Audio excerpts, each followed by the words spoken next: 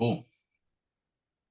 Alrighty, folks, we're going to give you a little taste, a little tease of a new face and a new voice that will be coming to the Vegas event February 15th and 16th. He was sitting in the audience last year, but he will be up on stage this year.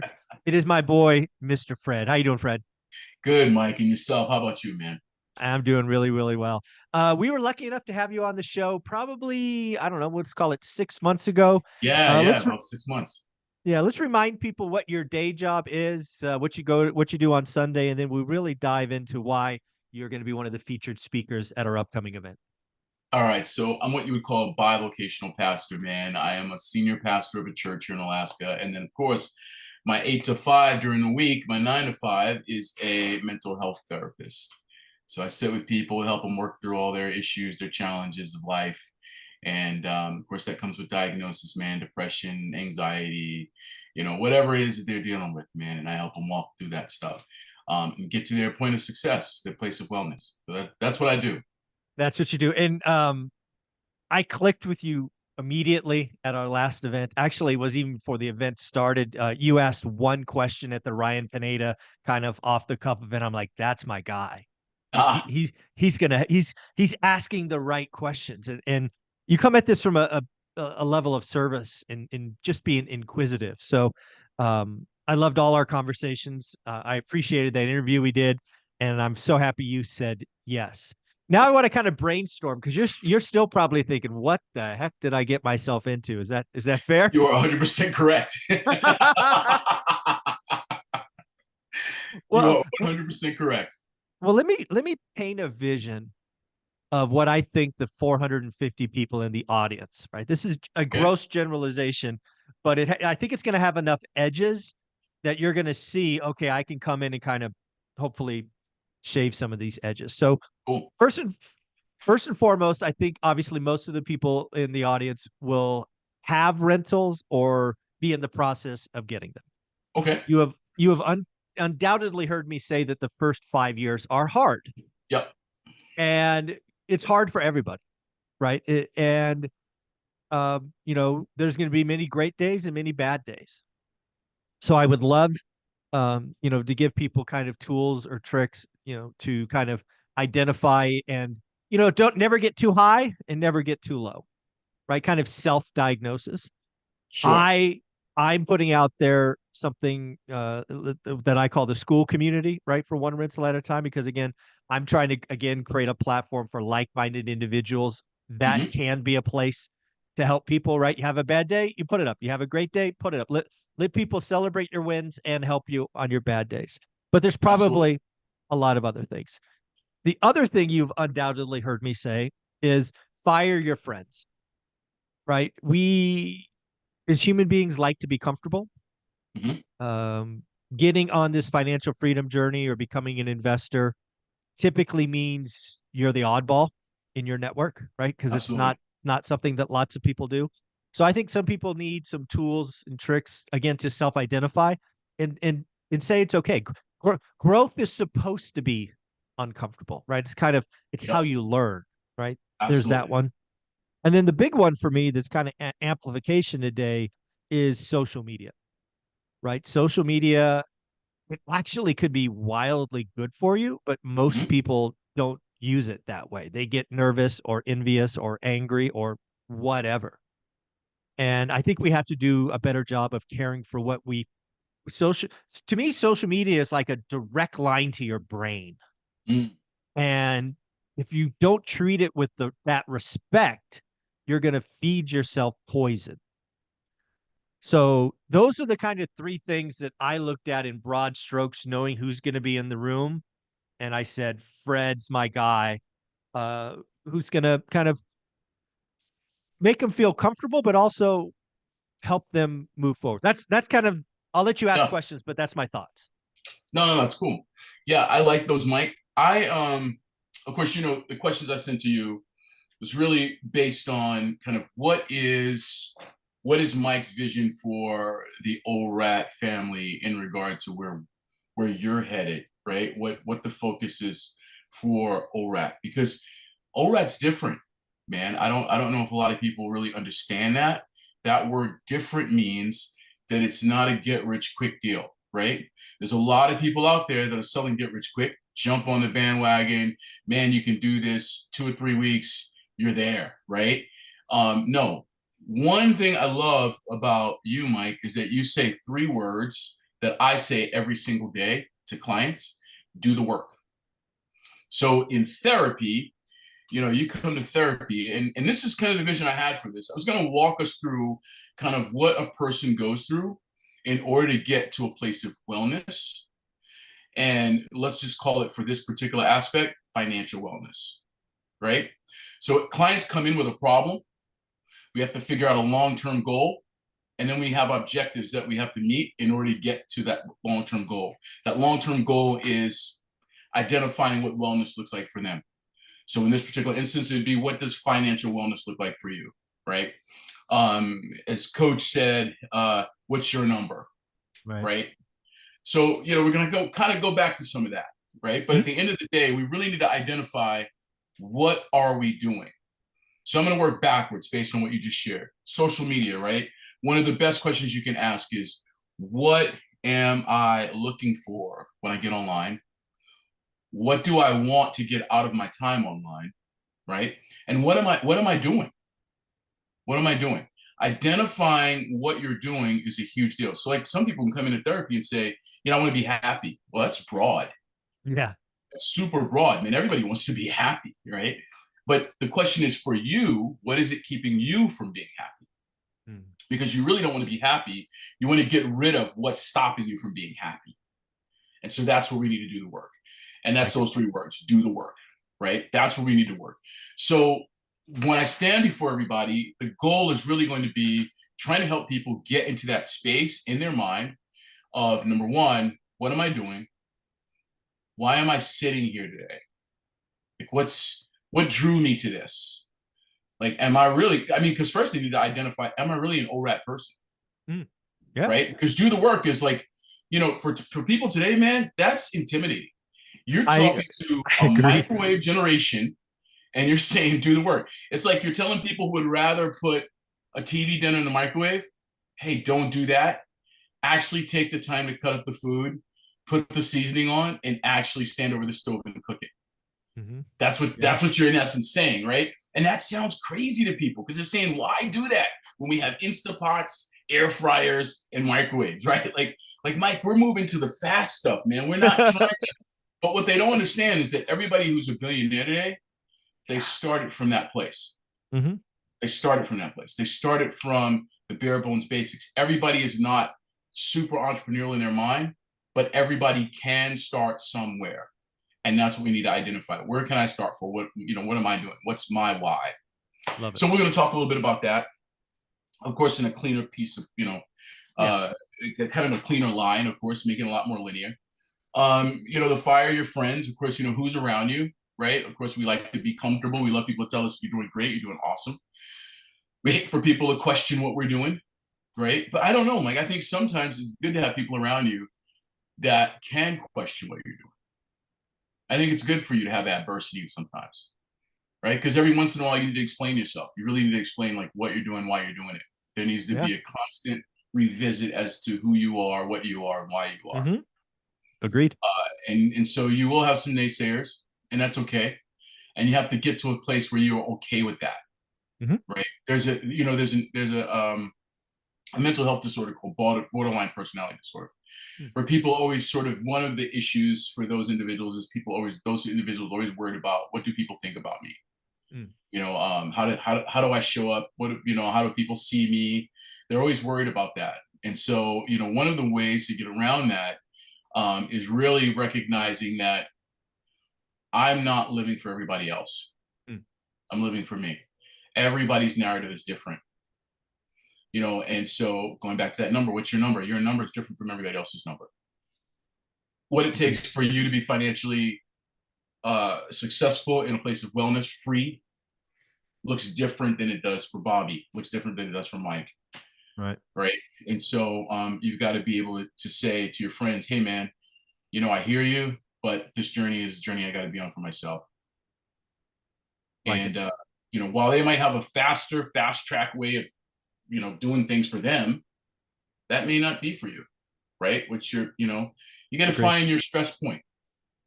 Some I like it. people are not able to do a lot of things at one time. I'm not a guy who's a flip guy. I'm not a guy who goes into a project and is like, yeah, I'm all about coming in here, renovating it. And no, I want to buy a place and I want to have it ready to rent, man. I don't want to build out this. I don't want to tear this down. I don't want to, right? I I want to go get it. into a place that looks relatively decent, do a few upgrades, right? Yeah. And then rent it, you There you know? go. And I'm going to hire people to do that, man. I'm not going to be the guy to go in with sledgehammers and do Me demolition neither. jobs. And I'm not that guy, man. I'm not that guy. I don't have a passion for that. Some people Yeah. do, you know, Yes. but you got to find out who you are in that whole process. And you really have to have that internal dialogue. We're going to talk about that too, internal dialogue. Who am I talking? Who do I allow to speak to me every day? The first person that should be speaking to you is you, Agreed. right? A lot of times we wake up and the first thing we do is grab the phone and we listen to everybody's podcast. We listen to everybody's YouTube blog. We listen to, all these different audio books online. But the first question is, who is listening? All right. Yeah. Why are you listening?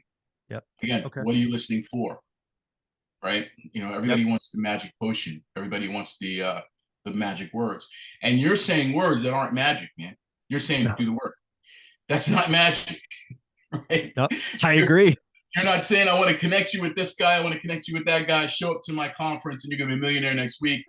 You're saying show up, do the work, and you'll get some results. And I think, Mike, to be honest with you, we live in a society where that has kind of gotten outside of the box in regard to thought process. Like nobody I wants to agree be with back in you. the box, Yeah, I right? agree with you. I actually hope, and this is just a total side note and tangent. Yeah.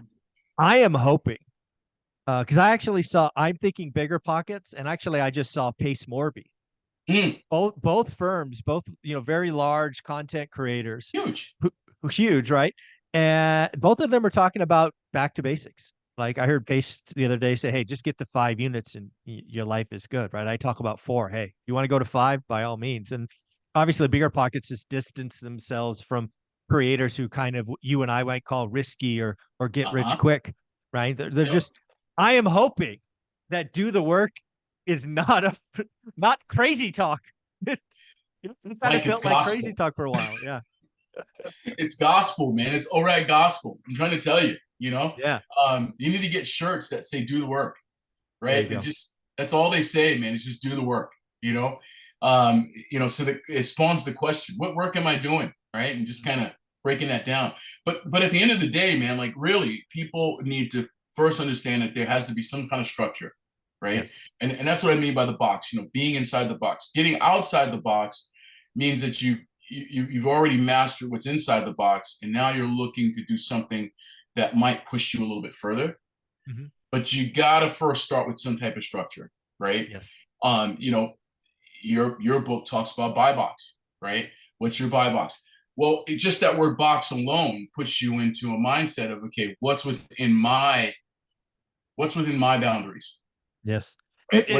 What Even more important to me, and I'd love your opinion on this, because a buy box or a box in this, a box is two things. What's in it, sure. What is not in it is equally, if that's not good, Mike. more important. That's good. Absolutely. Absolutely. No. Yeah, absolutely. What's not in it? Absolutely. Yeah. Yeah, looking at what I have, looking at what I still need, Mm-hmm. right? Looking at why it's not in there, right? And it's okay. Lots of things aren't in there. It's okay. Don't get Absolutely. crazy. When we talk Yeah. about a mental health perspective, okay, I've got these things in my box, and I put these things in my box because what? Do they fall within my guidelines? Mm-hmm. Or is it because somebody else told me to put it here? Right. Right? That box gives us an opportunity to constantly assess ourselves. So it's these types of things. But mentally, man, when you start talking about real estate, mentally speaking, real estate is one of those places that people have always sort of been curious about, Mm-hmm. um, but afraid of because it seems Yeah. huge. It seems huge, man. It's not a. It's funny. I had a conversation with a few people before about just investment, the word investment. And most people wanted to lean more towards a stock than they did towards real estate. Hmm. And I asked them, well, what's the attraction of stock? They said, oh, it's just, you don't have to do anything. You just put money into something and wait for it to grow. And then if it doesn't grow, you pull the money out, right? Mhm. And I said, huh, but really, stocks take a whole lot more work than real estate. And how so? It's because you got to go back and you got to look at the business that you're investing in. You got to see what it did last year. You got to see why it didn't do what it's supposed to do last year. Like what was the season? What was going on? I mean, that's a real investor, right? Mhm. We're not talking about options here. Like you just kind of a gamble. We're talking about real stock investment. When we start talking about real estate's not really as complicated as No. one would think, Yeah. right? You're gonna first of all, people are gonna always need a place to live. Mhm. The market might slow down, but it is gonna always turn around in some way, shape, or form, right? It might look different, but it's gonna always turn around. Mhm. So the wait period might be a little long, but that's okay. That's why you got a 9 to 5, right? Yep. Yep. So there's the safety in that. Um, so there are these things that kind of make it attractive, but I don't think a lot of people really pay attention to that whole picture. So mentally, kind of asking yourself like, what am I really afraid of? Mm. What Yeah. what scares me about this venture? Yeah, Yeah. Well, I'm gonna guess it's the classic tenants, toilets, and termites. Right? There's lots of absolutely. That's what the scared bad. me. Yeah, exactly. Yeah, it's Yeah, very common. We have to demystify that. Yeah. absolutely. Yeah, I had people who were renters before. Like I said, I was a banker at one time. Mhm. And they would come in the branch all the time and complain about not getting their rent on time, or people moving out and trashing their unit, and they had all this money they had to invest in fixing it up, and but I didn't know much about it, and so I didn't really have any solutions for them. I just kind of thought, well, this guy's the expert, man. He's having a really tough time. That must not be something I need to get Yeah, into. that sounds hard. Yeah. Yeah, that sounds terrible, right? who Exactly. who in their right mind would do that, Yeah, right? I'm not doing that. Yeah, yeah. So for a long time, I just never did it. Mm. But then my wife, she, like I said, she bought your book, watched your YouTube channel, and was like, let's try this. Just one. Yeah. And I said, all right, let's try this one. Let's see. And we put all the things up that addressed our fears. Property manager, we had to have one. That was an agreement between us, right? Mhm. We had to have people who could go in and do some of the upgrades and things that we needed. And we had to make sure that it was going to be in a place where no matter the market, it was going to always do something. Okay. I Didn't have like to it. be amazing, but it was going to do something. It was going to have to produce some kind of return, Mhm. right? It didn't have to be a fast return either. It didn't have to be gigantic, huge. It just had to be fair. Okay. I like it. And guess what? It was a success. After that, we said, hey, this wasn't that bad. We're still married. I And like it. hey, we said, this is good. Let's try it again. And we kept doing it and we kept doing it and we kept doing it. And now we're up to 9. So yeah, life has been good since one rental at a time. That's why I don't mind partnering with you. That's why I don't mind having these conversations with you, because I know that what you're doing is not, it's not normal. Mm. Now I say that like I'm not saying like it's a bad thing. No, I I'm know. just saying like it comes at a time when everybody's trying to make money off of the masses really quick Mhm. and move on, right? Like, hey, I hope you got the message. See you later. I'm a Yeah. billionaire, right? Yeah. Um, but you come along like, hey, like I was at a place in my life where I needed this and I figured it out, and I want to make it a little bit easier for you, just in case you're Yeah. in that place in your life and you need it, right? And like that's is something thoughtful about that, and there's something super huge and gracious about that. So it says a lot about you, but um, I really hope people tap into it. It is I mean, we saw it together at the last event, and this one will be likely even better. There's just a Yeah, different energy. It's the crowd. It's it the is. it's and I think you're right, right? One of the things actually I took from Dave Ramsey was just stay on Mm, message. mm. Because Dave Ramsey's been saying the same thing for 30 years. Stay on message, big time. Just stay, do the work, focus, daily discipline, My story hasn't changed. I actually went back and watched my Bigger Pockets interview with Josh Dorkin from 2000. I think it was 2011. Wow. And I didn't have the buy box. I didn't have some of the vocabulary, but Yeah. it's all the same stuff. It's all the same stuff. So, yeah, when you stay on message, you do it for years. We're now year 6 of this message. Yeah. You know, you do build a tribe, a loyal following. Sure. And what I really love to enjoy is watching the community interact with each other and kind Mm, of hear my words in the absolutely. stories, but in Yep. their own context. I'm like, Makes it's sense. working. It's working. We're getting better. Makes sense. No, that totally makes sense. Totally makes sense. You are creating a conversation, or I should say, created a conversation that is ongoing. Um, it's extremely thoughtful for you to add a mental health perspective to it, right?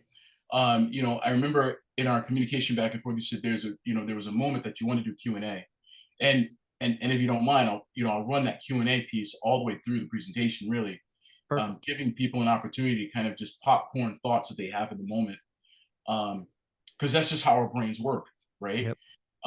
But the goal is really to get people at the beginning of my presentation that by the time they get to the end of the presentation, say to themselves, either first of all, ask themselves, what's holding me back from being even better at this? What's holding me back from even trying it? Or um, what else do I need to feel even more secure about it? I like it. Right? Some people Perfect. can come in and be like, I think I'm at 1, maybe I'm even at 3, right? And I just like I'm starting to feel a little overwhelmed, right? Okay, so what's Mhm. some of those questions we can ask? Is like, what's making you feel overwhelmed? Right? Was this Yeah. last one bigger than you wanted it to be? Like, did you bite off more, than you could chew? I mean, I don't know. Like, these are some very real questions you got to ask yourself. Mhm. But this is not a competition. I think that's something that a lot of people think about when they get into things with money. They think that Yeah. they're like, am I in this certain percentile? You're your only percentile, Right. right? Like, you're doing what works best for you, right? The information is there. Take the information, use it, right? But use it to the best of your needs. So, Yeah. man, I'm excited about it. Me too. I yeah, Um, I love it. So do you think an hour is the right number, like in total? I think so. I Okay. think so. Yeah, 45 minutes I think is good. All right. Yeah, I think so, man. 45 minutes to an hour, that's fine. You know, because I think people will have questions. Yeah. They'll have relational questions like, what do I do in my marriage situation? What do I do for me? I failed before, Hmm. right? Yeah. I'm going to talk a little bit about trauma, Okay. how past trauma navigates your behavior today, right? It For sort sure. of, Yeah. makes you, or should I say, dictates your behavior today, right? Hmm. Maybe you came from humble beginnings and you're a believer, like, I don't think I could ever do this. I don't think I deserve it, right? Some people don't even feel like they deserve it. Maybe some people have bad behaviors financially, period. Like they just like, I just keep dreaming about it, but I never really actually put, action to it, right? I don't do the work. Right. Maybe somebody's purchased the book, but it's still sitting on the shelf. They haven't even cracked it yet. Yeah. Maybe. You got some people who come to conferences, man, and they love to be around the energy, Yeah. right? It's like, man, Yeah. this is great. I feel this is awesome, right? But I haven't done anything yet. I love I it. have I seen love it. that. This is Yeah. great, but I haven't done anything yet, right? They love to hear the success stories. They like the energy of the cheering. They love it, but they haven't even started to be part of that Yeah. process yet. So Awesome. it's just so many things. There's so many areas, so many avenues we could go down. Um, but I think this first go around will really be focused on uh, what's the fear, Yep. getting them out of that, and then recognizing that it's not the thing that's difficult. It's Right. me that's making the thing difficult, right? It's I not like the it. thing that's difficult. It's me that's Yes. making the thing difficult. Some people are even afraid of numbers. They're like, man, I was Mm. never good at math. Yeah. You know, Yeah, I was never good at math. I'm afraid of signing tons of paper that make me responsible for this big 100,000, $400,000 number, right? Um, yeah, it's a lot of things, man. I mean, having worked in banking and talking to people about money, and I mean people who are real estate owners specifically, Mm-hmm. some of the things they used to say were, um, I can remember when I first, this one guy said, I can remember when I first started this out, I was so afraid to sign my first contract, to sign my first mortgage, Yeah. right? And I was like, what was the fear? He was like, man, it was like $600,000. You know, here in Alaska, I mean, things are expensive. And he's like, yeah, it was like $600,000. And I was like, what, did you feel like you couldn't pay for it? And he said, no, it wasn't that. It was just like, what if, Mm-hmm. what if? And Just it was just always like, what the if this happens? weight. What if that Yeah. happens? What if this, Yeah. right? Yeah. And so he did it, but he said it took him forever to make the appointment to do it. He was just so Mm-hmm. afraid. And it was all about a what if, right? Catastrophic thinking. Yeah. Sometimes catastrophic thinking causes us to have what we call analysis paralysis, right? We're just kind of stuck in our thoughts, analyzing Yep. it. What if, what if, what if, what if, what if? Mm-hmm. So there's so many reasons why people could be paused, but yeah, we're gonna, and hopefully we can do some like right there in the moment things to help people get breakthrough. I love that. One of the things I'm thinking about this because I have a suspicion that you're going to help everybody, but I have a sneaky suspicion there'll be, I don't know, 8 to 16 folks in the room that have something private that they're going to want to share with you Sure. uniquely, right? They don't want to talk in a big forum. So what I'm Yeah. thinking about doing, because I can already envision that, is Mhm. have you go right before lunch. That That way you go works. through lunch, we wrap, I say a couple of things, then there's 2 hours where people can go speak with you. That Yep. that's what I'm thinking I'm because game. okay. I'm game. Okay. And that's super thoughtful, man. I think you're right. You might have some folks that will say, man, I just don't want to speak out in this forum, but I would love to talk to this guy's side, you know, off this side. Yeah. Absolutely. I'm all I about think it. awesome. I'm all You're about it. you're you're so awesome. All right. So again, new faces, new voices, new topics for the event February 15th and 16th. We got a lot more cool things coming. Fred, coming from Alaska down to help us. Any closing thoughts? Anything you want to say as we wrap this up? Yeah, you know what? I want to encourage folks to do the work on themselves, right? To do the work on themselves, but not only on themselves, Mike, in themselves. Mm, Not only on themselves, but in themselves. We could look at our bank account and we could say, man, I wish, I want, I desire. mm-hmm. But the bank account, our lives, our material lives are really a reflection of who we are on the inside. And so the question would be like, what do you want there? Even if it's just simple financial freedom, like Yeah. just kind of retiring, feeling like I'm going to retire okay. Mm-hmm. If that's a desire, right? Asking yourself on the inside, what's holding me from doing that? Yeah. What's holding me from doing that? And do I feel like I have enough information to do that? Right? The reason I believe one rental at a time is extremely powerful is because it is a gentle approach and walk into a world that most people are afraid of, but you make it extremely friendly. It's a user Yeah. friendly approach. And so, yeah, man, don't only work on yourself, but also work in yourself. Folks, you're going to want to be at this event. You're going to want to see Fred in action. He is the man, the myth, the legend. Buddy, take care of yourself. Have fun. All right, Mike. Thanks. Thanks, man.